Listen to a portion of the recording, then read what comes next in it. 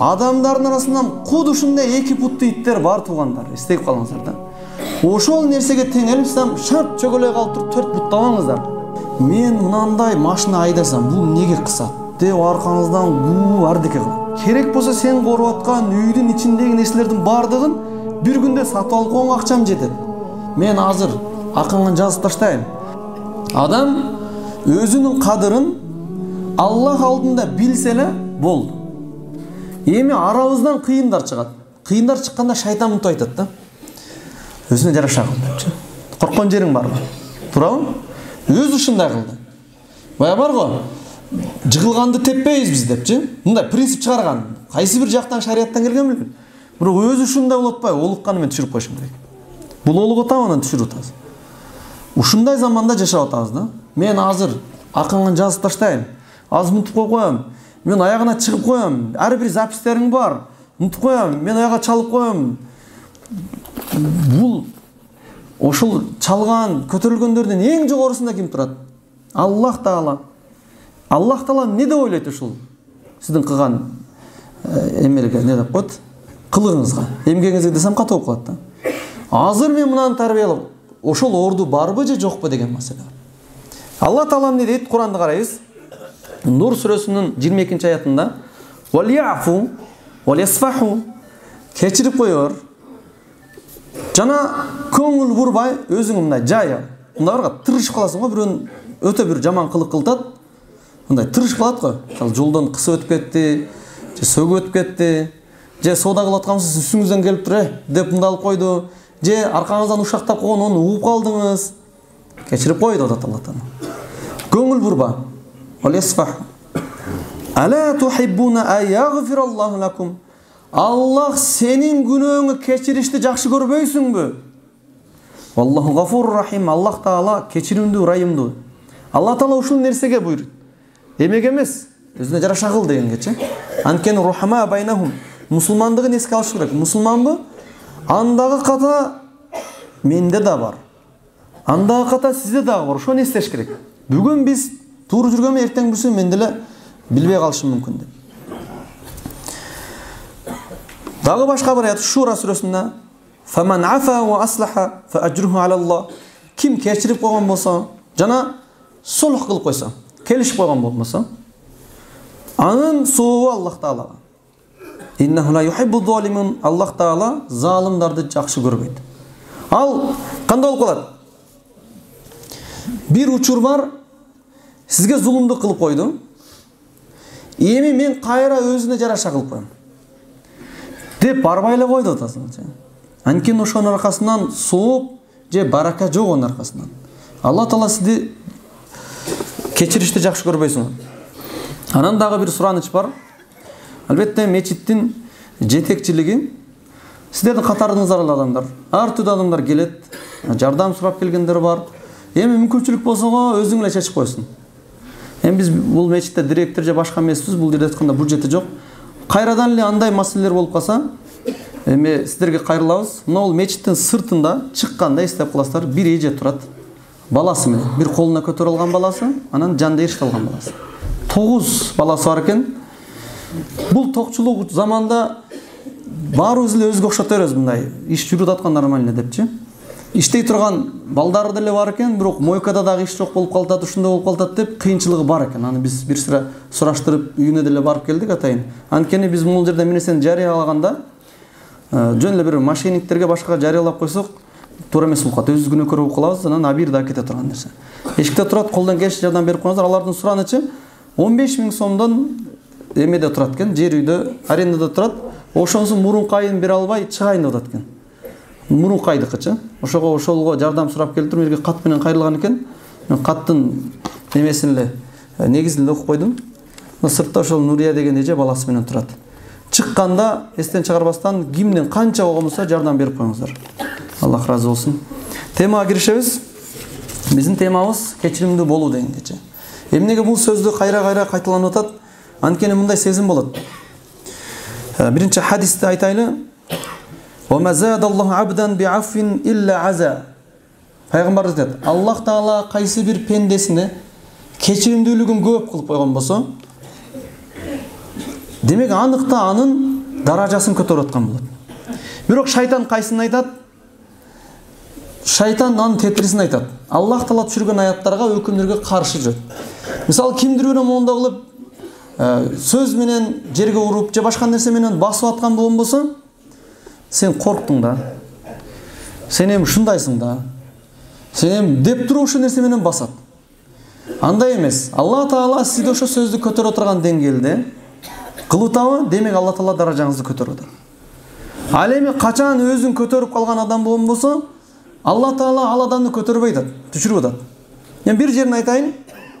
Адам өзүнүн кадырын Аллах алдында билсе эле болду.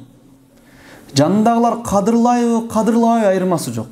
Мисалы Аллахка кадырлуу болгон Нух алейхиссаламды тепкилеп жүрүшкөн элчи. Бирок ал чөккөн эмес. Укпай койсо, кулактарына колдорун салып алса дагы келип туруп, "Эй, Аллага кайт, тозокко барасың" деп түшүндүрүп жүргөн. Кадырды билиш керек.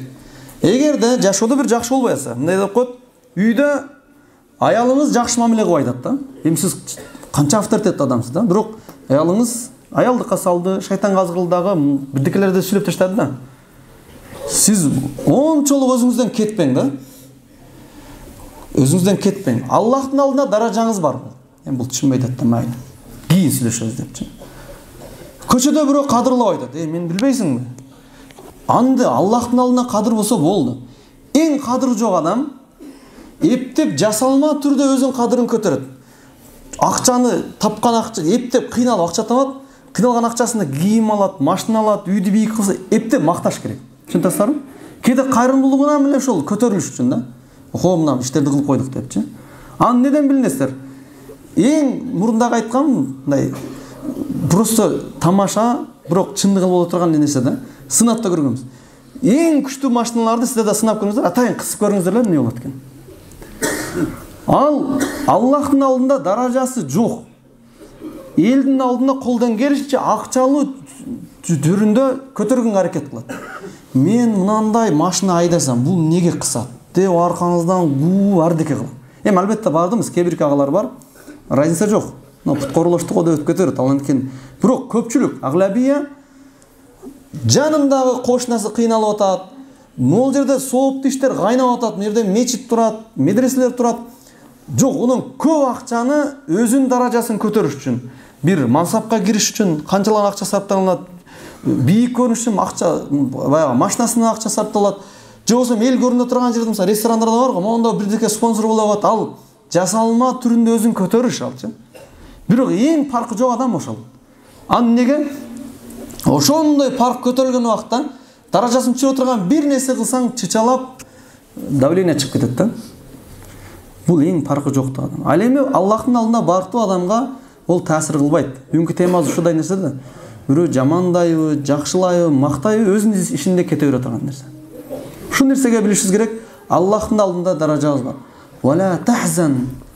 Аллах Таала өзү немеде вала тахину вала тахзану деп айткан. Бизге айткан. Ушуну эстеңиздер. Силер капаланбагыла. Силер кайгырбаңгыла. Ва антум алауна, силер баарынан жогорусуңар ин кунтум муъминин. Эгерде ыймандуу эле болсоңор деп. Ыймандуу эле болгон болмосок, бардыгынан жогору. Ал эми бул дүйнөдө билинбеши мүмкүн. Бизде бул дүйнөдө бизден жогору болуп кетиши мүмкүн башка адамдар. Бирок кыяматта сөз түрдө ким жогору, ким ылдый Аллах Тааланын алдында гана чечилет. Ошондуктан сөзүбүздүн эң жыйынтыгындагы сөз, эгерде түшүнбөстүк менен бир талашталып бара турган нерселерди кылып аткан болсо, биз мусулмандыгыбыз бар, ахиреттен үмүтүбүз бар, Аллахтан үмүт кылайлы. Аллах Таала биздин даражабызды көтөрөт. Азыр жогоруда аят өттүк, силерди Аллах кечиришин каалабайсыңарбы депчи. Кимдин Аллах Таала күнөөсүн кечиришин каалай турган болмосо, анда дүйнөдө кечирип кете берсин. Биздин мусулмандарга Аллах Таала 3 күндөн ашканга уруксат бербейт. Мисалы бирөө зулум кылып койду, 72 сааттан кийин болду, салам бериш керек. Арам ошолчу. Важип түрдө барып туруп салам берип өтүш керек. Мамилени түзөп коюш керек. Албетте жүрөктөгү оору сыра сакай башы мүмкүн, бирок мамилени түзөтүш керек. Пайгамбарыбыз Маккага келгенде, Макка фатх болгондо Макка мушриктери корккон. Биз үйүнөн кууп чыкканбыз, акчаларын өздөштүрө алганбыз, зулум кылып турганбыз, канча жыл өзүн өлтүрүүгө аракет кылганбыз, эми бизге хат тургузат деген. Деп даяр болгон. Мынаке, эми чечим чыгарат. Ла тасриба алейкум деген. Силерге мындай кегим жок деген. Бошсуңар деген. Анткени анын аркасынан бир пайда жок болчу. Ошол сыяктуу биз жаныбызда путка оролошкон адамдар, жинге тийген адамдарды тарбиялашта бизде пайда жок. Биз иншалла өзүнүн жолубузда кете берели. Аллах Таала бизди даражасын өзү көтөрөт. Жанагы сөз бар го. Биз майдаланып кеткенибиздин себептери биринчиден акча болуп атат, экинчиден өзүбүздүн ахиретибиз бар экендигин унутпой атабыз. Көбүнчө айтат го, ит уруу берет, карбан жүрө берет депчи. Ошол макалды түшүндүрүү иретинде көп айтты окшойт. Ит көчөгө чыгып үргөн болсо кербенге, же сизге үргөн болсо, мына жер үйдө жашайсыз, кетип атасыз. Бир кошунан ити чыгып үрдү. Кантип неге үрөт билесиздерби? Сизди ууру деп үрөт. Сизден коркпойм деп үрөт, туурабы? Мен азыр тиштеп алам дейт, туурабы? Мындай иттин айбатын көргөнсүздөр да, мисалы, карасаңыз ушундай айбат менен мен сени мойнуң жылып коем дейт да, кыскасычы. Өзү бир тепки же бир таш менен кетет өзүчү. Бирок ушундай айбат менен. Эми сиз ошону жөн эле кетип атасыз го. Кээде уруп коюшуңуз мүмкүн, бирок жөн эле кетесиз. Эми ошол жерде, токто, ит, сен неге мен ууру деп ойлоп атасың? Керек болсо сен коруп аткан үйдүн ичиндеги нерселердин бардыгын бир күндө сатып алып койгонго акчам жетет. Мен деген ууру эмесмин, мен бул айылдын авторитетимин деп айтыш керекпи, керек эмеспи ошого? Айтсаңыз түшүнбөйт да нерсени, туурабы? Кайра дейт да, туурабы? Же болбосо сен эмне деле болуп атасың? Мен деген азыр таш менен уруп кереги жок, ону жүрө бериш керек. Ошол сыяктуу адамдардын арасынан куд ушундай эки буттуу иттер бар туугандар, эстеп калыңыздар да. Ошол нерсеге теңелипсам, шарт чөгөлөй калып туруп 4 буттабаңыздар. Өтүп кете бериш керек. Мен азыр түшүндүрүп коем. Мен мындай кылсам, бул түшүнбөй койду деңиздер. Ага Алла Таала акылын жаап койгон, түшүнбөй талчы. Аны жанынан өтүп кете бериш керек. Анткени сиз үйгө эртерээк барып, кадимки ишиңиздерди кылышыңыз керек. Эртеңки бүрсүңкү пландарыңыз бар. Бул биздин шариятыбыз. Ал эми өзүнө жараша кылабыз деген душманчылыкты пайдалана турган нерсе, бул биздин шариятыбыз эмес. Бул яхудтардын кылыгы. Яхудтар бирөөдөн бир жамандык көрүп калса, аны өмүрүнүн акырына чейин күткөн. 30 жылбы, 40 жылбы, 50 жылбы, качан чөгөлөгөндө өчүн алган. Ал эми мусулмандар 72 саатка чейин тарынганга уруксат. 72 сааттан кийин, 3 күндөн кийин бул нерсени ташташыбыз керек. Аллах Таала баарыбызды туура жолго баштасын. Амин. Дуа кылайлы. Ушул мусулмандар арабызда бири-бирибизде биримдик, берешендик жана кечиримдүү болууну баардыгы насип кылсын. Бүгүн кыска убакытта кечиримдүү болгонго, кекчилдик кармаганга, анча-мынча адамдардын каталарына кечирип, ырайым кылганга буйрулуу жөнүндө сүйлөсөк, Аллахым, ушул кылган баяныбызды жугуштуу кылгын, Аллахым.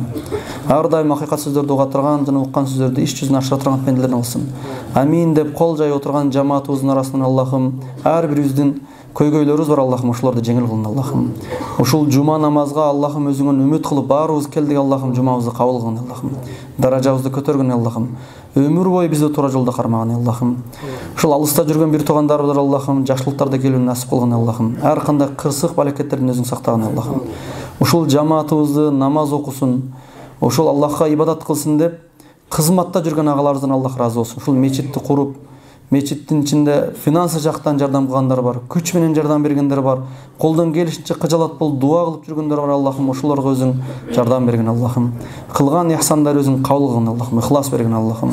Ушул мечитибизди тынчтыгын кармап, акыл насааттарын айтып, ар дайым биринчи сапта турган аксакалдарыбызга, Аллахым, жүзүнө ыйман бергин, даражасын көтөргөн, Аллахым.